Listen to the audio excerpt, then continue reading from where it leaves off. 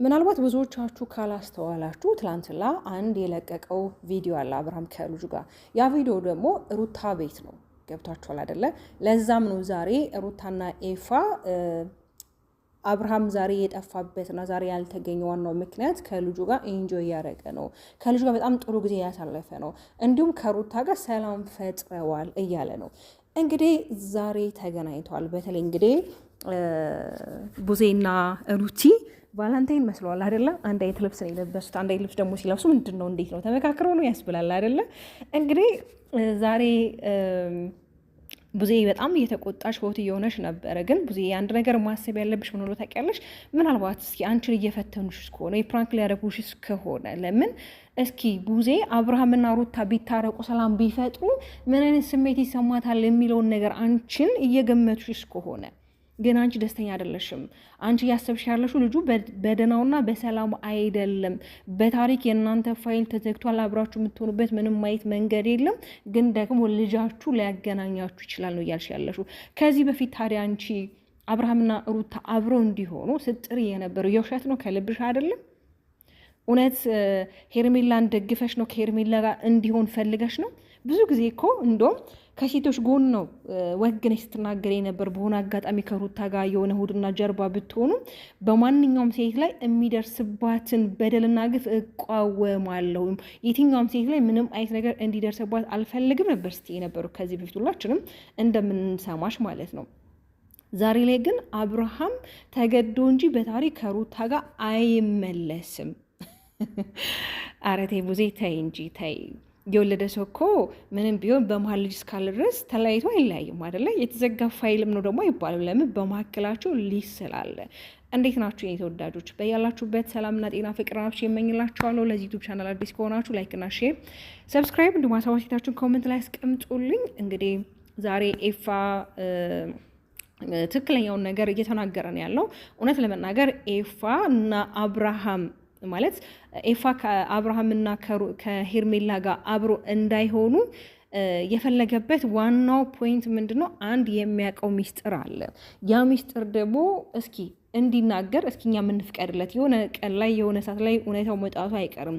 እውነት ነው ሄርሜላ የራሷ ልጅ ያላት ትዳር የነበራት ሴት ናት። ግን እንዴት ነው አንዳንድ ጊዜ ነገሮች ሆን ሽፍንፍን ይላሉ አይደለ? የሆነ ቀን ግን እውነታ መውጣቱ አይቀርም። ምንድን ያለችው ዛሬ ቡዜ ፍቅር ያሸንፋል ብላለች። እውነት ነው፣ ፍቅር ያሸንፋል። ኦፍኮርስ ይህ ምን ጥያቄ አለው? ምንም እኮ ጥያቄ የለውም። ገብቷችኋል አይደለ? አብዛኞቻችሁ ያው የሄርሜላ ደጋፊዎች ስላላችሁ እዚህ መታችሁ ኮሜንት ላይ ማን ሀሳብ ስለሚሰጡ ማለት ነው። እኔ የማናቸውም ጥላቻ የለብኝም። እኔ ምንድነው ጥላቼ ከስራቸው ከስነ ምግባራቸው ነው። በተለይ ሄርሜላ ከምታደርጋቸው ድርጊቶች እንጂ ጥላቼ እኔም እንደሷ ሰው ነኝ። እግዚአብሔር በአምሳሉ የፈጠረኝ ሰው ነኝ እኔም አይደለም። ግን እኔ ሁልጊዜ የማወግዘው የምሰራው ስራ ጥሩ አይደለም፣ ትውልድን የሚያበላሽ ዝሙት የሆነ ስራ ነው። ከዚህ እሷ ከምትሰራው ሰው ከምታሳየው ስራ ሰው ምን ሊማር ይችላል እንዴ? ሴት ልጅ እኮ በክብሯ ልትደራደር አይገባም እንዴ? እሷ ፈቅራለሁ ብላ ጠይቃ፣ እሷ አግባይ ብላ ጠይቃ፣ እሷ ሽማግሌ ላክ ብላ ጠይቃ ሁለት ባለትዳሮችን ከልጃቸው ጋር አለያይታ የራሷ ለማድረግ የጣረችን ሴት እንዴት ልደግፋት የምችለው? የትኛው ስራ ነው ሊደግፍስ ደግሞ የሚያነሳሳው? ስለዚህ አንዳንዴ የሆነ የምንላቸውን ነገሮች ወይ ደግሞ የምንናገራቸው ነገሮች በማስተዋል ቢሆን መልካም ነው። ገብቷችኋል አይደለም? አብርሃም እኮ ልጅ አይደለም፣ ሕፃን ልጅ አይደለም ማለት ተገዶ ምንም የሚያደርገው ነገር የለም። 18 ዓመት አልፎታል። በራሱ የፈለገውን ነገር የማድረግ የመወሰን የማገናዘብ አቅም አለው። ልጅ አይደለም እንዴ? ስለዚህ ቡዜን በዚህን ያህል መናደድ የለብሽም። በቃ ማለት ነገሮችን እስኪ አብረን እናያቸዋለን። እውነት እናንተ ሰላም ትፈጥራችኋል ወይ? እውነት የምር ነው ወይ? እንደው ደስ ባይልሽ እንኳን ለእነሱ ደስታ እንኳን መጨነቅ የለብሽም። የወንድምሽን ሰላም አትፈልጊው? የወንድምሽን ደስታ አትፈልጊው? አንዳንዴ እኮ ሰዎች እኮ ስለሳቁ ሰዎች ደስተኛ ሆኖ እኮ ስላየናቸው የምር እኮ ከልባቸው ላይሆን ይችላል እኮ እንዴ። ቤትና ልብስ እኮ የማይሸፍነው ነገር የለም። ቤትና ልብስ ጥርስ የማይሸፍነው ገበና የለምና አንዳንድ ጊዜ ብናስተውል መልካም ነው። ሩታን ጥያቄ ጠይቅሻታል። እውነት የምር አብርሃምን ትወጂዋለሽ ታፈቅሪያለሽ ወይ? ምን ጥያቄ ያለው? የማይጠይቅ ጥያቄ እኮ ነው የጠየቅሽው። ሲጀመር ሩታን እንደ ድሮ ለምንድን ነው የምትጠብቂያት? እንዴት ነው እንደ ድሮ እንድትሆንልሽ ኤክስፔክት የምታደርጊው? እንዴት ሆኖ እንዴ? የሰው ልጅ እኮ በህይወታችሁ ይመጣና ብዙ ነገሮችን እንዲቀይራችሁ ያደርጋችኋል። ማለት የሌለ ማንነታችሁን ባይሰጣችሁ ግን በቃ አይደለ እንድትጠነቀቁ ያን ሰው እንድታውቁት እራሳችሁን ሁልጊዜ የሆነ ዝም ስትሉ ሞኝ እንዴት እንደሚያስብላችሁ ከራሳችሁ ጋር ራሱ ትታገላላችሁ። ሩታ ዝም ስላለች ስለማትናገር ነገሮችን ስለማትጋፈጣችሁ ሁሌ ስለምስክ ስለምትጫወት ደስተኛ ስለምትሆን ስለምናይ የሆነ የማይከፋት የማትበሳጭ አድርገን ነው አይደል የምናየው? አይደለም። ገብቷችኋል አይደለ? ቡዜም አንድ ነገር ተናግረህ ዛሬ የምታደርጉ ነገር ትክክል ነው ወይ? አንተ ወንድም የምታደርገው ነገር ትክክል ነው ወይ? ምንድን ነው የሚያስተምረው? ምንድን ነው ያደረጋችሁ ያላችሁት?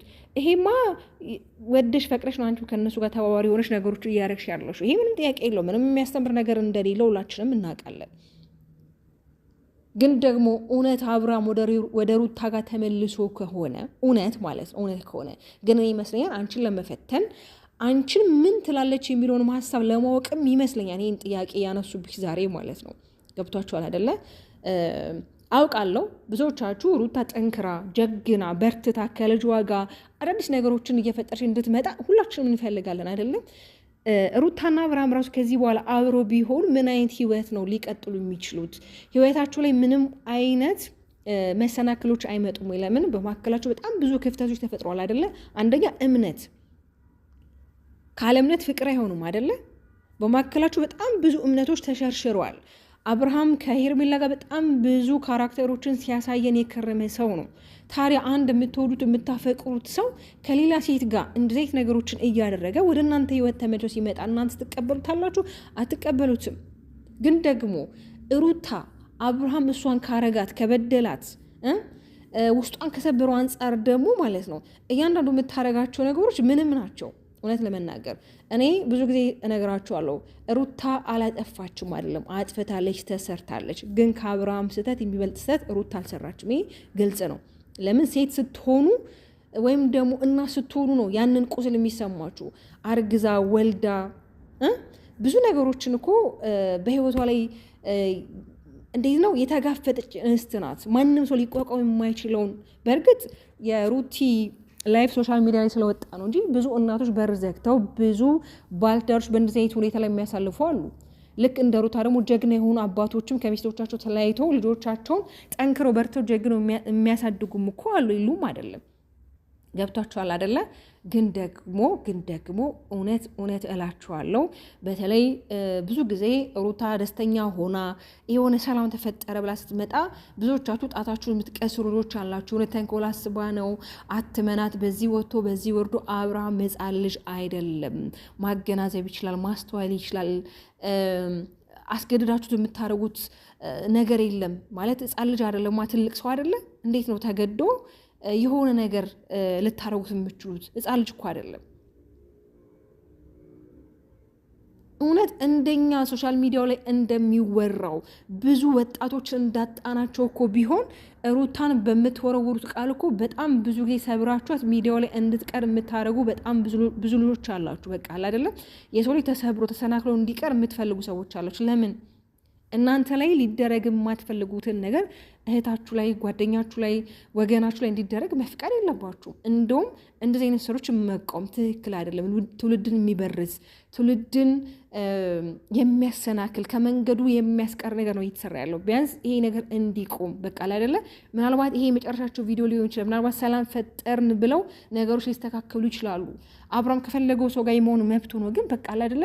ይሄ ሁሌ ጭቅጭቅ፣ ሁሌ ንዝንዝ፣ ሁሌ ወከባ እንደ ይደብራል እኮ እግዚአብሔርን። ሁሌ አንድ አይነት ነገር፣ ሁሌ በአንድ ጉዳይ ላይ በአንድ ርዕስ ላይ በጣም ብዙ ሰዎች የሚተውኑበት ርዕስ ከሆነ ቀረ። የሚመጣና የሆነ ነገር ይላችኋል፣ የሚመጣና የሆነ ነገር ይላችኋል። ለምን እንዴ? በጣም ብዙ እኮ አስተማሪ የሆኑ አይዲያዎች አሉ። በፕራንክ መልክ በጣም ብዙ ስራዎች መስራት ትችላላችሁ። ቲም አላችሁ፣ ሁላችሁም በየራሳችሁ የሆነ ነገር መስራት ትችላላችሁ እንዳለ ቲሙ። እስኪ አዳዲስ ነገር ፈጥራችሁ እስኪ ሚዲያውን ደግሞ እስኪ በአዲስ ነገር እስኪ በቃ አድምቁት። እውነት ይደብራል። ሁሌ ጭቅጭቅ፣ ሁሌ ንዝንዝ እንዴ። ቡዜም ደግሞ የዚህን ያህል መናደድ የለብሽም ማለት ወዶ አይደለም የሆነ ነገር ተደርጎ ምን ይደረጋል ማለት እኔ አላውቅም። አንዳንዴ የሆነ ነገር በቃ ተደርጎ ነው እንጂ በሰላሙ አይደለም። አብርሃም ቢያንስ እኔ ልጁን አግኝቼ የሆነ ማረጋገጥ አለብኝ። በደህናው አይመስለኝም እንዴ ቡዜ ደስታው ሊያስደስትሽ ይገባል ነው። ለሄርሜላ የገባሽላት ፕሮሚስ አለ፣ ቃል አለ። ያ ነገር ነው እያስጨነቀሽ ያለው። የኔ ተወዳጆች ላይክ እና ሼር ሰብስክራይብ ማድረጋችሁን አትርሱ። እንዲሁም አስተያየታችሁን ኮሜንት ላይ አስቀምጡልኝ። ባባይ